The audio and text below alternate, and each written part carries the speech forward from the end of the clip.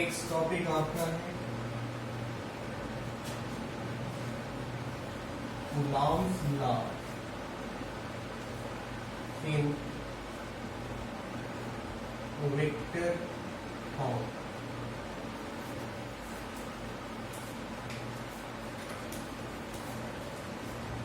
Coulomb's law in vector form. Okay, देखिए इस topic में हम आपको दो टॉपिक इंक्लूड किए पढ़ाए। एक कूलॉम्स का वेक्टर फॉर्म जनरली आपको बताएंगे क्या होता है, दूसरा वही मैं आपको बताऊंगा कि Coulomb's law in vector form in the terms of their position vector, मतलब पोजीशन वेक्टर के फॉर्म में भी कूलॉम्स लॉ कैसे हम रिप्रेजेंट करते हैं। Coulomb's law in vector form आप सीख ही तो लेंगे, लेकिन उसको मैं आगे बढ़ाऊंगा और बताऊंगा कि कूलॉम्स लॉ को पोजीशन वेक्टर के फॉर्म में कैसे रिप्रेजेंट करते हैं। इन दो टॉपिक को इसी में हम क्या कर रहे हैं, इंक्लूड कर रहे हैं। ठीक है, वही देखते हैं। मान लीजिए यहाँ पे सपोज दैट यहाँ पे एक एक्स एक्सिस है और ये क्या आपका है, ये आपका है y axis. This is the x axis, this is the y axis.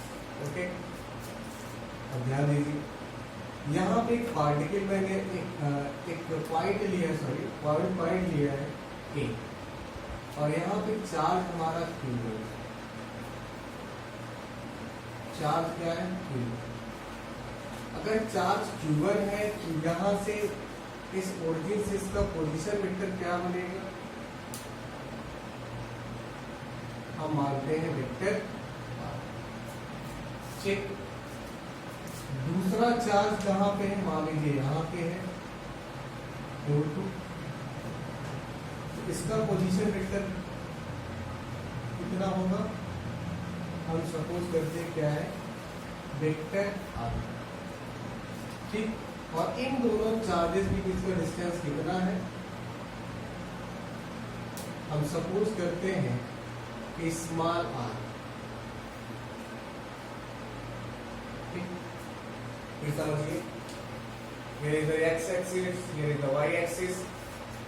दो चार्जेस हैं, एक चार्जेस Q1, दूसरा चार्ज Q2, उनके बीच का डिस्टेंस स्मॉल r है ना। पहले चार्ज पार्टिकल Q1 का यहाँ से पोजीशन वेक्टर क्या बनना है, सपोज दैट वेक्टर r1, इसका क्या बनना है, वेक्टर r2। पोजीशन वेक्टर क्या होता है, the vector which tells the position of any particle from the origin of the coordinate system। समझ रहे हैं आप, ऐसा वेक्टर जो किसी भी पार्टिकल की क्या बताए, पोजीशन बताए। कहाँ से बताए, ओरिजिन से, है ना। तो वेक्टर r1 किसकी पोजीशन बता रहा है, Q1 की। वेक्टर r2 किसकी पोजीशन बता रहा है, Q2। ठीक है, इन दोनों चार्जेस के बीच डिस्टेंस क्या है, ठीक है। अब आप जानते हैं दोनों स्टैटिक चार्ज है, दोनों रेस्ट में है, और एक दूसरे पे क्या लगाएंगे, फोर्स लगाएंगे। क्या लगाएंगे, फोर्स लगाएंगे। भाई चार्ज Q1 Q2 के फोर्स लगाएगा और Q2 Q1 के फोर्स लगाएगा। तो हम मानते हैं सपोज दैट आपका जो चार्ज Q1 है वो Q2 के फोर्स लगा रहा है, और ये कितना लगा रहा है, मान लेते हैं वेक्टर Q2 यहाँ लिखते हैं, वेक्टर F21। वेक्टर F21 का मतलब आप समझते हैं कि force on the charge particle second by the first, बोलिए। और यहाँ पे Q1 पे कौन फोर्स लगाएगा, चार्ज Q2 लगाएगा। इधर लगाएगा, इधर, दोनों सेम चार्जेज है, रिटर्न करेंगे। ये क्या हो जाएगा आपका, वेक्टर F1। वेक्टर F12 का मतलब क्या है कि फोर्स चार्ज फर्स्ट पे लग रहा है, कौन लगा रहा है, सेकंड लगा रहा है। Force on the charge first by the charge second. बात समझ रहे हैं। F21 का मतलब क्या है, force on the charge second by the charge first. इतनी बातें समझ में आई आपको, ठीक है। अब देखिए, अब यहाँ पे हम दो यूनिट वेक्टर लेते हैं, वो यूनिट वेक्टर लेते हैं r कैप 12 और r कैप 21। r कैप 12 क्या बता रहा है, r कैप 12 ये बता रहा है this is the direction of force from the charge first to second. r12 मतलब pointing from charge first to charge second. Charge first to charge second. 1 2 क्या बता रहा है? जो फोर्स की डायरेक्शन है वो किधर से किधर है? 1 से 2, यानी किसके लाग है?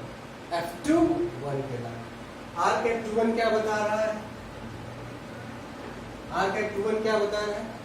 Pointing from charge second to first, यानी ये किसकी डायरेक्शन बता रहा है? F1 2 की डायरेक्शन बता रहा है। बोलो, वेक्टर F21 की डायरेक्शन कौन बता रहा है? आर्क F12 ये बता रहा है कि जो इस पे फोर्स लग रहा है वो फर्स्ट चार्ज से सेकंड चार्ज पे लग रहा है। 1 2 मतलब फ्रॉम फर्स्ट टू सेकंड। और वेक्टर F12 की डायरेक्शन कौन बता रहा है? आर्क F21 ये बता रहा है जो फोर्स लग रहा है वो from charge second to first लग रहा है। ये एरो तो मैंने बना दिया। इसके अलावा बोलो, बात समझ पा रहे हैं? अब देखिए, अगर हम लिख रहे हैं F12 कूलम्ब्स का अप्लाई करते हैं, हम पहले ये कैलकुलेट करते हैं। कोई भी एक फोर्स लेते हैं, चाहे ये कैलकुलेट करें चाहिए, मान लीजिए हम पहले निकालते हैं F21 फार्मूला वही 1/4πε0 Q1 Q2 अपॉन R। ठीक, ये वेक्टर है। क्या ये एक्सप्रेशन सही है? नहीं। क्यों? क्योंकि ये वेक्टर है। अभी मैंने क्या लिखा है? केवल मैग्नीट्यूड यानी डायरेक्शन नहीं दिखाया है। तो भाई वेक्टर क्वांटिटी में क्या होता है? मैग्नीट्यूड के साथ साथ डायरेक्शंस भी होता है। तो आप बताइए वेक्टर F21 की डायरेक्शन कौन दिखा रहा है? आर्क F12 दिखा रहा है। यहाँ पे क्या लिखेंगे हम? Arc F1। बोलो, अब देखो मैग्नीट्यूड भी हो गया और डायरेक्शंस भी हो गया। बोलो, फाइनली क्या हो गया? हमने वेक्टर रिप्रेजेंटेशन कर लिया, नहीं कर लिया? बताओ, कूलम्ब्स में वेक्टर फॉर्म हो नहीं हो गया? बताओ। हाँ, इसी तरीके से आप वेक्टर F1 को निकाल सकते हो ना, equal to 1/4πε0 Q1 Q2 upon R²। और यहाँ पे क्या हो जाएगा? Arc F। तो हो गया सिंपली। अगर आप कह रहे हैं कि वेक्टर फॉर्म में रिप्रेजेंट करने का तरीका हो गया, आसानी से हमने एक्सप्रेस कर लिया वेक्टर फॉर्म में। लेकिन हमने कहा इसके साथ साथ फाइनली अगर हमें वेक्टर फॉर्म में दिखाना तो वेक्टर फॉर्म हो गया। बात समझ रहे हो आप? बोलो। लेकिन मैंने कहा कि इसके साथ में एक कड़ी और जोड़ना चाहता हूं, मैं इसको पोजीशन वेक्टर के फॉर्म में दिखाना चाहता हूं। पोजीशन वेक्टर के फॉर्म में मैं इसको दिखाना चाहता हूं। पोजीशन वेक्टर के फॉर्म में इसको दिखाना चाहता हूं। तो अब देखिए, फाइनली ये वेक्टर फॉर्म में है, लेकिन इसको आगे बढ़ा रहे हैं। अब इसको मैं इस तरीके से लिख सकता हूं कि vector F21 equal to 1/4πε0 Q1 Q2 upon R2। यहाँ पे हमने R से मल्टीप्लाई कर दिया, यहाँ से भी R से मल्टीप्लाई करना पड़ेगा। बोलो, करेंगे तभी तो ये इक्वल हो गए। इसके क्या हो जाएगा? न्यूमरेटर R इंटू R है, यानी इसको मैं ऐसे लिख सकता नहीं? बोलो, ये हो गया क्वेश्चन नंबर। इतनी बातें समझ में आई आप? ठीक है, इतनी बातें समझ में आई। अब क्या करते हैं? देखिए, इसके बाद अब इस ट्रायंगल पे आते हैं। ट्रायंगल दिख रहा है, मान लीजिए पॉइंट O है, ये पॉइंट A है, ये पॉइंट B। ठीक, ध्यान समझिए।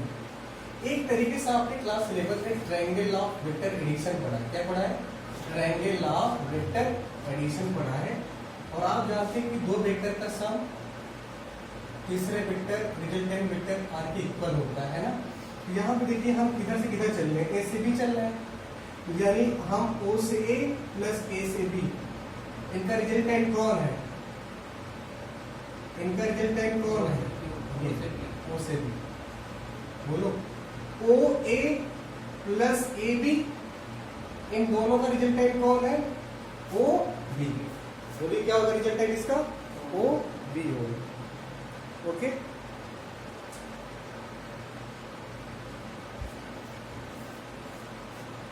ठीक। तो फिर क्या हो जाएगा, according to triangle law of vector addition, चल गया समझे। ये हो जाएगा vector O A plus vector A B equal to one vector, एक होगा, बताए एक होगा तो ना, ठीक है। अब यहां पे vector A B equal to vector O B कितना है, R2, वेक्टर R2 है, वेक्टर R2 इधर जाएगा माइनस, बोलो डायरेक्ट लिख रहे हैं वेक्टर R1, बस समझ में आ रही नहीं। इसको मैं क्या लिख सकता हूँ, simplify vector A B equal to vector O B minus vector, vector O B कितना है, वेक्टर R2, वेक्टर ओ ए कितना है, वेक्टर R1। तो वेक्टर ए बी क्या होगा, R, बोलो क्या होगा, R होगा।